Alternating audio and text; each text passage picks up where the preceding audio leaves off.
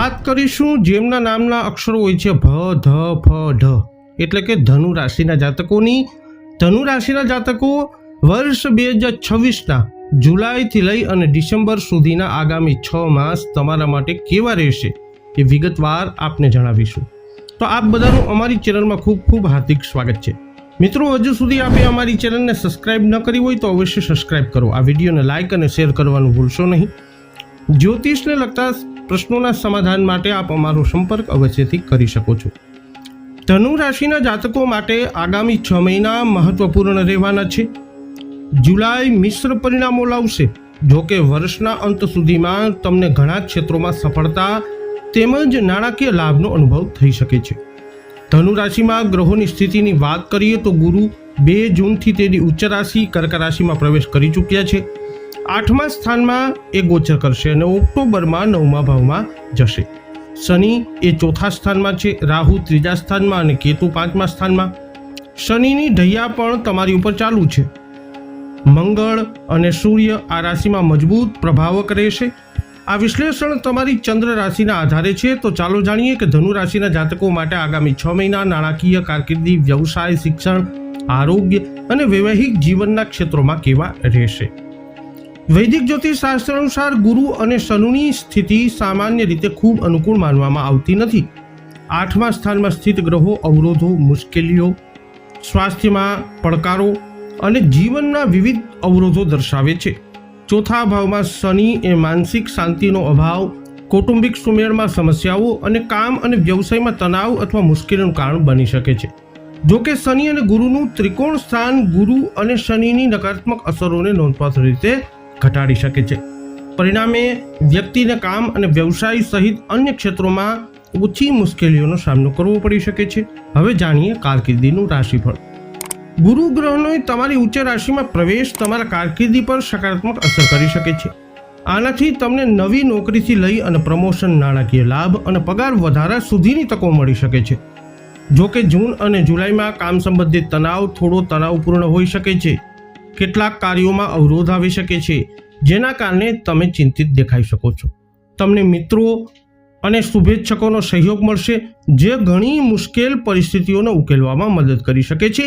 વરિષ્ઠ લોકોની સલાહથી તમે ઘણા ક્ષેત્રોમાં સફળતા પ્રાપ્ત કરી શકો છો. નવેમ્બરમાં ગુરુનો 9મા ભાવમાં પ્રવેશ તમારી કારકિર્દી પર નોંધપાત્ર અસર કરી શકે છે. નસીબ તમારા પક્ષમાં હોવાથી તમે ઘણા ક્ષેત્રોમાં સફળતા પ્રાપ્ત કરી શકો છો.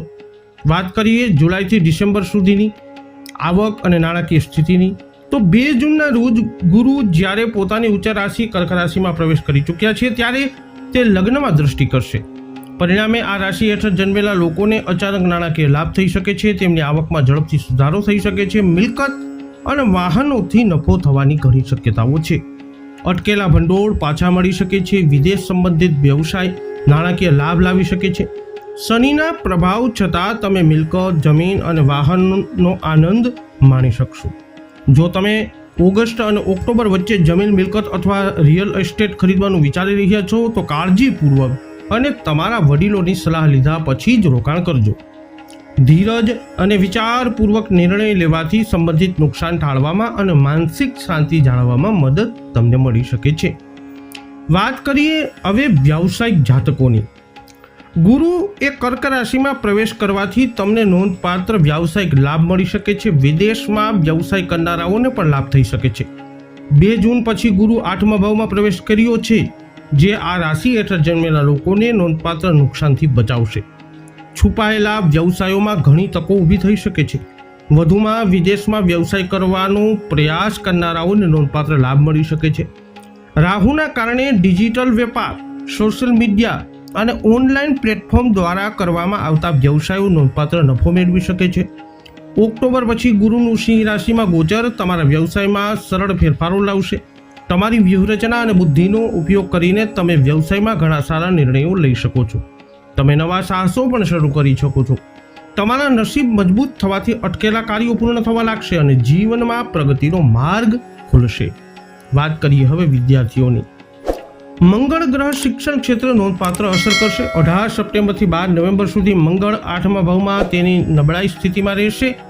પરિણામે શિક્ષણમાં નકારાત્મક અસરો જોવા મળી શકે છે. 8મા ભાવમાં ગુરુ હોવાથી તમારી મહેનતનું પૂર્ણ પરિણામ મળી શકે છે. કોઈ પણ બેદરકારી વિના સખત મહેનત કરનારા વિદ્યાર્થીઓને સારા પરિણામો જોવા મળી શકે છે.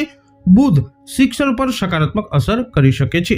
હવે વાત કરીએ લગ્ન અને સંબંધોના રાશિફળની, તો આગામી 6 મહિના ધનુ રાશિના કૌટુંબિક અને વૈવાહિક સુખ લાવી શકે છે. લાંબા સમયથી ચાલતા કૌટુંબિક સંઘર્ષોનો અંત આવી શકે છે. સંઘર્ષ અને તણાવની તીવ્રતા ઓછી થશે, જેનાથી શાંતિપૂર્ણ વાતાવરણ બનશે.